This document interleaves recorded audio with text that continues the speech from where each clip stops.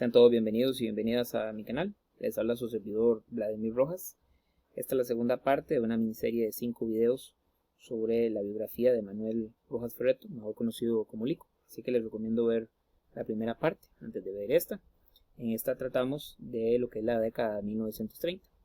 Como pueden ver ahí en la foto, una parte principal de esta época es la actividad futbolística.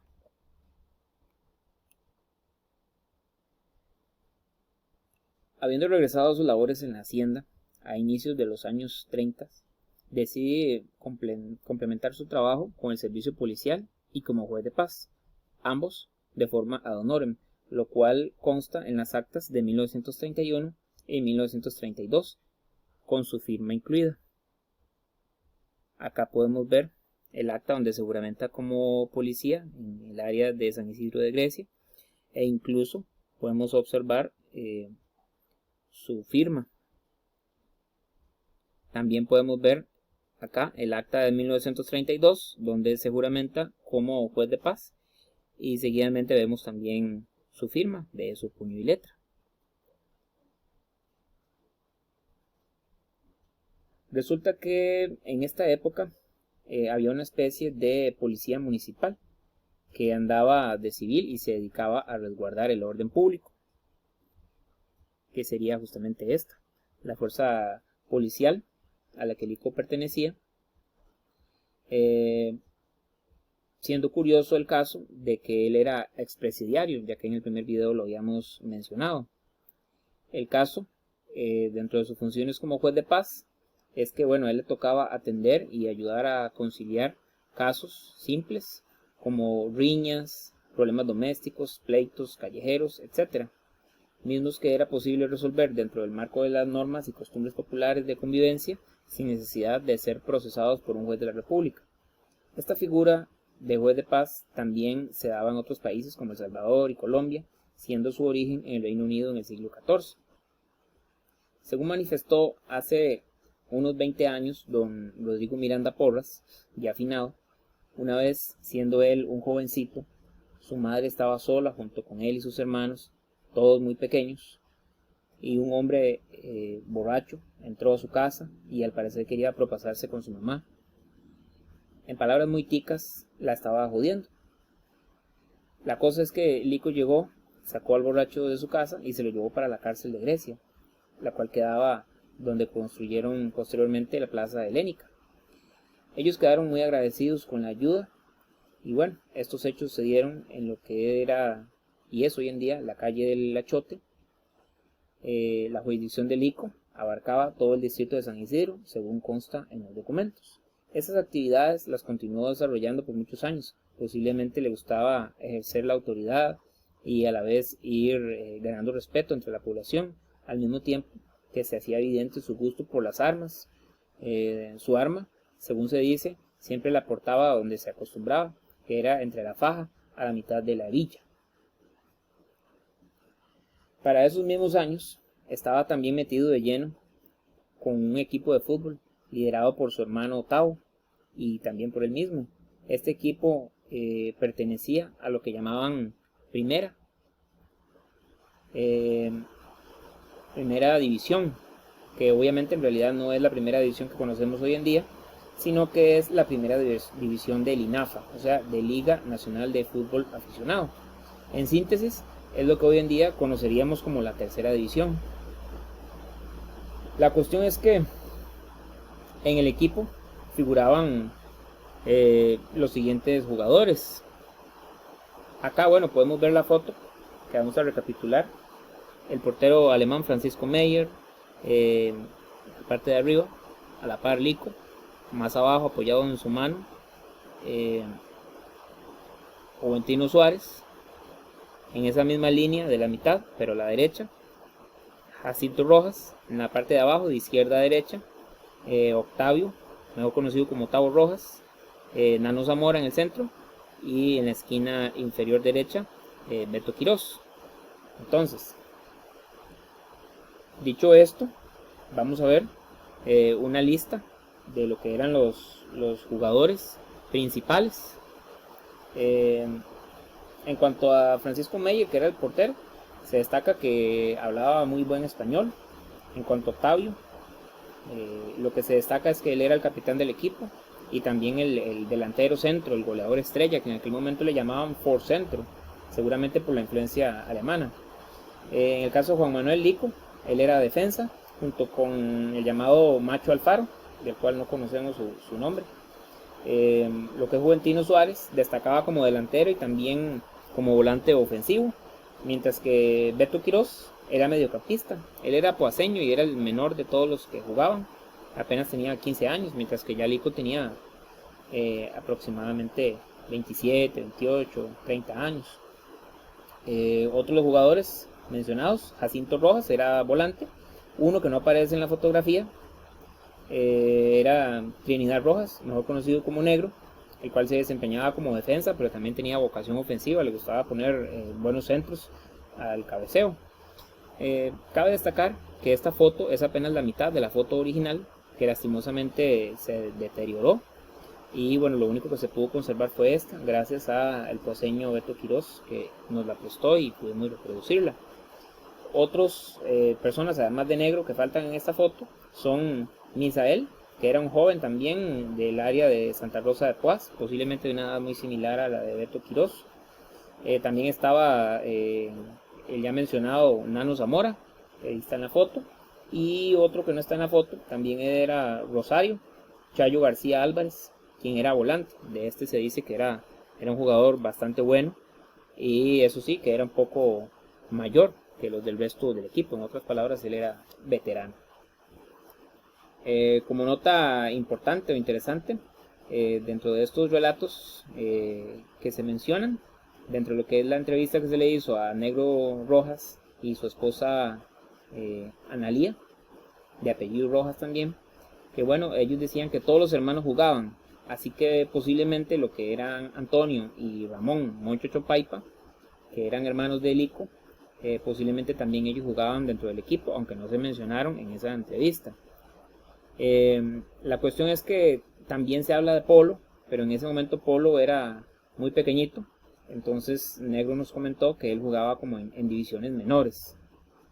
Otro caso especial es el de Hilario García, mejor conocido como Yayo, y Manuel García, dentro de lo que eran conocidos como los Chaparras, que eran hijos de Chayo, de quienes se dispuso en algún momento que jugaron con Lico y su equipo, pero posteriormente Manuel le dijo a Rolando Rojas que no, que ellos no llegaron a jugar con Lico, sino que jugaron en la época inmediatamente después en que Lico dejó de jugar. El que sí jugó con ellos fue Chayo. De todos estos jugadores, solo la mitad o menos salen en la foto que estábamos hablando. Dentro de las anécdotas familiares y futbolísticas de la época, se pueden mencionar que no era normal ver a Lico, era normal ver a Lico más bien, pelear a trompadas con Moncho, según nos comentaba Analía, la esposa de Negro, también Negro con Jacinto, y unos peleaban con otros, ya sea en el entorno familiar o dentro del ámbito futbolístico. La cuestión es que algunos borrachos y otras veces no. Dentro de todo esto, Analía comenta que bueno, ella fue quien recordó todos esos hechos, y Negro agregó que una vez él recordó que su padre, o sea Juanico, lo castigó con una verga de toro por pelearse tan fuerte con Jacinto, que estuvo a punto de clavarle un tenedor a su propio hermano, y aclaró que él agradeció esos castigos. Ahí podemos observar unas fotografías extraídas de un video de lo que es Negro Rojas y Analía, aproximadamente en el año 2001. Ahí podemos observar lo que era la plaza de deportes. Como pueden ver, no quedaba en el mismo lugar donde queda hoy en día. A ver si nos ubicamos ahí. En este punto podemos encontrar la iglesia evangélica y lo que es el mesón. En el mesón encontramos la parte de lo que le llaman el Londres, y ahí justamente en ese Londres, cerca de donde vivía el finado Gilla, es donde encontrábamos la plaza de aquella época, que era hecha con unos marcos de caña de bambú. La cuestión es que, como habíamos dicho, Aparentemente todos los hermanos jugaban ahí, en la cancha que había en Londres, antes de que existiera la de Cooperativa Victoria actual. Ahí mencionan varias cosas interesantes. Beto Quiroz comentó que Negro era muy pequeño y lograba colarse por la defensa, que era como una ratilla, que así lograba conseguir goles. Trinidad comentó él mismo que junto con Yayo García le hacían pases muy buenos a su hermano Tao, y que él era bastante alto y saltaba muy bien, y por eso era uno de los grandes delanteros y el goleador del equipo. También se comentó que este señor, Yayo García, era un jugador extraordinario, con una gran habilidad y una gran técnica, y que por eso muchas veces los demás jugadores tenían que hacerle falta. Él era un jugador que tenía juego limpio, pero también muy elegante. Cabe destacar que iban a jugar a otros lugares como Alajuela, Poás, Puente Piedra, La Argentina, San Roque. Esto según comentaban tanto Eligio Barrantes como el mismo Negro, que estuvieron en el equipo. Perdón, Beto Quiroz y Negro Rojas, que estuvieron en ese equipo. El uniforme del equipo es importante resaltar, como lo vimos ahora en una foto de Elico. Era de ribetes blancos con verdes, y eso sí, la pantaloneta era negra. En la foto que hemos visto, ya ellos habían jugado y se habían cambiado. Eran unos colores muy similares a los de Limón Fútbol Club. Algunos jugadores acostumbraban a jugar descalzos. Tal es el caso de Negro Rojas, que de hecho se comentó una anécdota de que una vez le pusieron zapatos y él no podía jugar tranquilo, entonces tuvo que quitárselos. Y dicen que cuando le daba la bola sonaban como bombetas que se reventaban. Algo muy, muy curioso, muy singular. Bueno, para el 9 de abril del año 1932, ante el reconocido presbítero Jafet Jiménez, Juan Manuel, de casi 28 años, contrae matrimonio con la jovencita Duilia Rojas Alfaro, quien contaba con aproximadamente 17 años. De esta unión sale lo que es la familia Rojas Rojas. Acá podemos observar que es el registro del respectivo matrimonio, donde aparecen los nombres. Manuel Rojas Ferreto, hijo legítimo de Juan Rojas y María Ferreto. Y aparece, bueno, pues los datos de su esposa, Duilia Rojas Alfaro, hija de Virginio Rojas y Rosalina Alfaro. Como les decía, de esta familia, de esta unión familiar, nacen la familia Rojas Rojas, con los siguientes hijos respectivamente.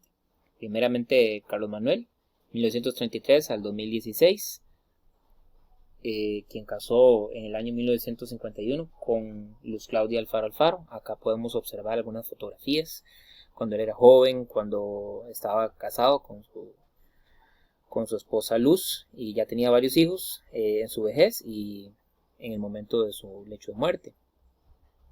La segunda hija sería Leila, quien nació en el año 1934 y murió en el año 2003. Acá la podemos observar en un par de fotografías. Ella casó con Germán Vázquez Cabezas en el año 1951, se divorció en 1955, para posterior a eso formar una pareja de hecho con Santiago Corella, con el cual tuvo hijos, pero nunca se casó. La tercera hija sería Elba, nacida en 1936, quien casó con Tobías Soto Villalobos en el año 1954. Acá la observamos en dos fotografías, una cuando era joven y otra ya un poco más actual, aproximadamente el año 2012-2013, junto con su hermano Carlos.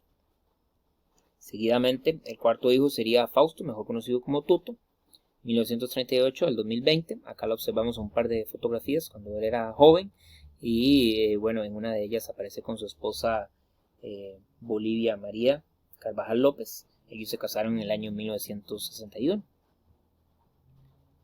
Luego viene Ajit, mejor conocido como Ajito, quien nació en el año 1940 y aún vive. Y bueno, él se casó en el año 1963-64 aproximadamente con Telma Aurora Monge Castro, y ahí lo observamos en una foto en su juventud y después en otra junto con su familia acompañando a su hija en matrimonio. El sexto hijo sería Bolívar, mejor conocido como Chino, quien nació en 1944 y aún vive. Él se casó aproximadamente en el año 64 con Ana Virginia Jiménez Vargas. Acá la observamos en unas fotografías cuando era un poco más joven.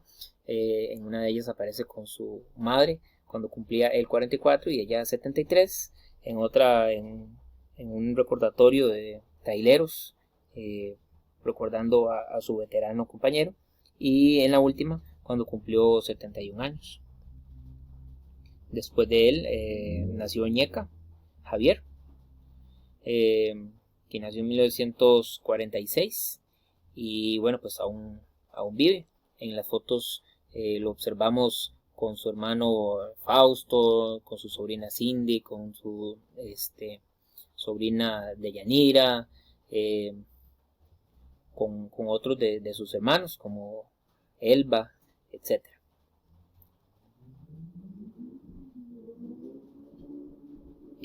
Posteriormente a él nació Jorge Armando en el año 1952. Él murió en el año 2011. Acá observamos 4 fotografías de él en distintas etapas de su vida.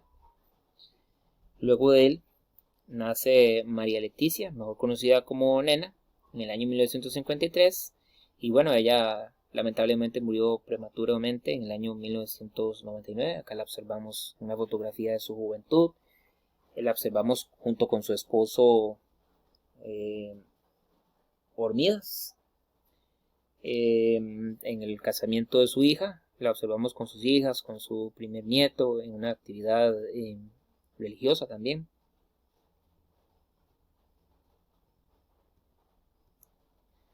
El hijo menor, que sería Giovanni Manuel, quien también heredó el nombre de Manuel junto con su hermano mayor Carlos.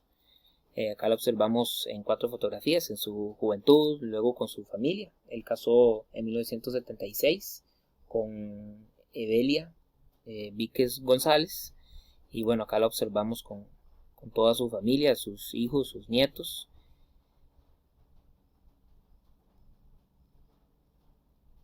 Mención especial para Alexander Vázquez, mejor conocido como Huicho, a quien Vila, su abuela, y su abuelo Lico lo vieron siempre como un hijo, ya que él tuvo que vivir con ellos durante muchos años, ya que bueno, después del matrimonio de su padre Germán Vázquez con su madre Leila, pues posiblemente hubo alguna traba, por decirlo así, cuando ella se fue a vivir con Santiago.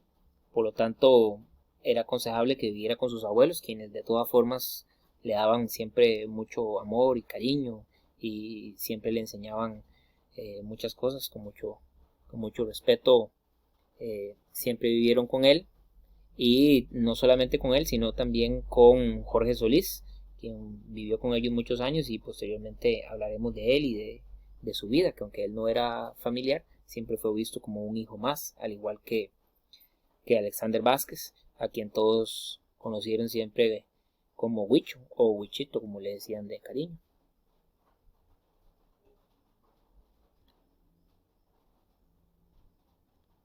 Ahora vemos acá lo que es la familia de Vila, de Duilia, la esposa de Lico.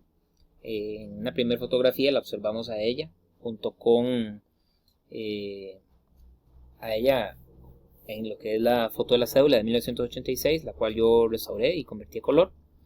Luego observamos a sus padres, Virginio Rojas Porras, nacido en 1894, y Rosalina Alfaro Brenes, nacida en 1893. Luego observamos una foto de la pareja ya en los años 70 y un recorte de periódico del año 1974 en el cual Guido Álvarez Navarro, periodista corresponsal en Grecia, publica este artículo como familia ejemplar en Grecia, haciendo alusión a que tanto don Virginio como Rosalina habían formado una familia llena de integridad, llena de cariño, de amor y de buenos valores, en la cual destacan que nunca ellos tuvieron un problema conyugal, un problema familiar, sino que su familia siempre se llevó de la mejor manera. También destaca que ninguno de sus hijos tuvo alguna vez algún problema policial o algún problema judicial. Siempre fueron personas muy sanas y de muy buenos sentimientos, de muy buena conducta.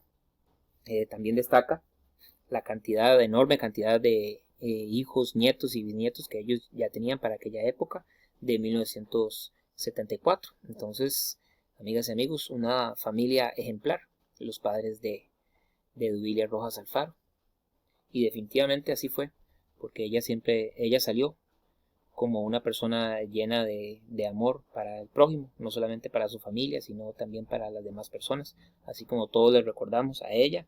Y también esa misma personalidad sacó su hermana Analía, en fin, una familia que verdaderamente fue y es ejemplar. Acá observamos una foto de Rosalina, madre de Duilia, una que nos recuerda mucho a la imagen que muchos recordamos de nuestra abuela, bisabuela, Vila. Su madre, en definitiva, ella se parece bastante a su madre. Y bueno, pues esa foto nos deja mucho que pensar y muchos recuerdos positivos a toda su familia. Las famosas tortillitas palmeritas y siempre una buena actitud y una gran alegría al ver a toda su familia reunida y también a otras personas a los que les tenía mucho cariño. Es importante mencionar que los papás de Duilia se casaron en el año 1911 y ellos vivieron en calle Rosales, que podemos observar acá, viniendo del Mesón hacia lo que es el área de Santa Cruz Norte. En esta área justamente señalada, ahí es donde ellos vivieron, a un costado del río.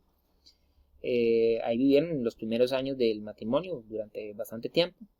Posteriormente se pasaron a vivir a Los Ángeles de Grecia, si no me equivoco fue en los años 50, y ya después, en los años 70, cambiaron de domicilio y estuvieron viviendo cerca del cruce de San Isidro, en la carretera Grecia-Poás, donde les señalo ahí en la imagen de Google Earth.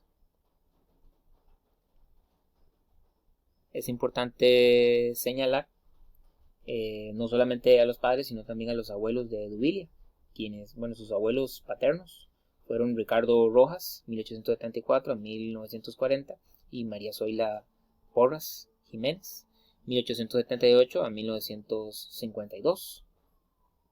Cabe destacar acá el famoso reloj que doña Zoila Porras dejó como herencia, o como regalo más bien, a su familia, en este caso a don Virginio, y don Virginio fue traspasado a su nieto Fausto Rojas, conocido como Tuto. O sea, un reloj con bastante tradición familiar. Ahora vamos a ver lo que son los abuelos maternos de Vila, quienes serían Rafael Zacarías Alfaro Ramírez, 1865-1933, quien casó con Magdalena Brenes Ballestero, nacida en 1872. No se tiene certeza sobre el año de su defunción. En ese lapso de tiempo, dentro de los inicios de los años 30, no se sabe si fue antes o después del matrimonio, nació su hija, la hija de Lico, conocida como Carmen Calderón, que por ser fuera de un matrimonio se tomaba como hija natural de Lico y no llevaba el apellido paterno, así que fue reconocida en afecto por él y por el resto de la familia, incluso su esposa, a quien la trató con mucho amor a ella y a Neti, según contó la misma Carmen. Sin embargo, aunque fue reconocida de palabra, nunca se hizo la corrección legal, siendo esto factible también en aquella época. Ella agregó que ya siendo mayores, sus hermanos la visitaban, y también Vila, siendo Carmen una niña. Ella recuerda que Vila le decía a Lico que fuera a traerla a ella para que jugara con su hijo mayor, Carlos.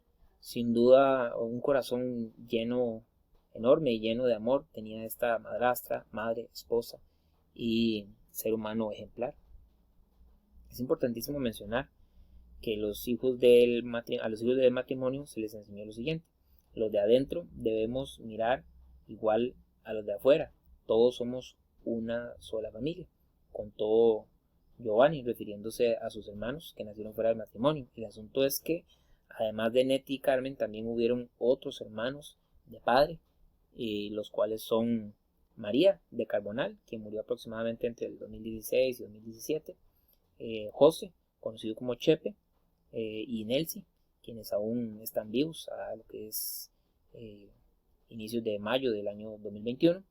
También estaba Leonel Salas, ya afinado, y bueno, posiblemente algunos otros no conocidos. Todos llegaban a visitar la casa de su padre y se llevaban muy bien entre todos los hermanos en general, inclusive Lico y Vila. Para ellos era una gran alegría ya en los años 60 y 70 cuando llegaban ella, refiriéndome a Carmen, y también a los demás hermanos. Cuando llegaban era una gran alegría para Vila y su familia, hacer las famosas ollas de verdura, sopas, etc. Esto generalmente era los domingos. También se sentía un gran orgullo de estar compartiendo juntos todos los hermanos en una gran familia. Acá les presento también una foto de María, hija de Carmen Calderón, o sea, nieta de Lico, la cual, como pueden ver ustedes, es bastante parecida al resto de la familia Rojas, así que, como dicen, no se pierde la sangre. Ahí podemos observar una foto más de Dubilia en una etapa relativamente temprana de su vida, cuando todavía estaba joven relativamente, en el año 1963, la imagen de su cédula de aquella época. Bueno, como parte de lo sucedido en los años 30, retomando el hecho de que Lico fue policía, siempre andaba armado con su propio revólver y tenía muy buen pulso. Le tiraban una naranja al aire y él lograba pegarla. Al menos eso contaba su hermano Trinidad Rojas. También sus amigos alemanes eran excelentes con las armas. Uno de ellos, conocido popularmente como Don Cot, ponía a Virginio Rojas Porras, suegro de Lico, con un puro en la boca y este se lo volaba a ras de la boca. Esos son parte de las anécdotas de aquella época. Mientras tanto, posiblemente por el renombre de Lico que se iba haciendo dentro de la hacienda, su joven esposa Dubilia Rojas entró a trabajar en esta época como cocinera de los alemanes. Ella menciona algunas cosas en un video del año 1999, donde ella misma afirma que los escuchaba diciendo Kiji, que en realidad es Kuche, que significa cocina. También La Sang-Sang, que significa vamos a comer. Ella recordaba también los quesos que ellos ponían a hacer una especie de fermento y de ahí salían gusanos que eran comestibles.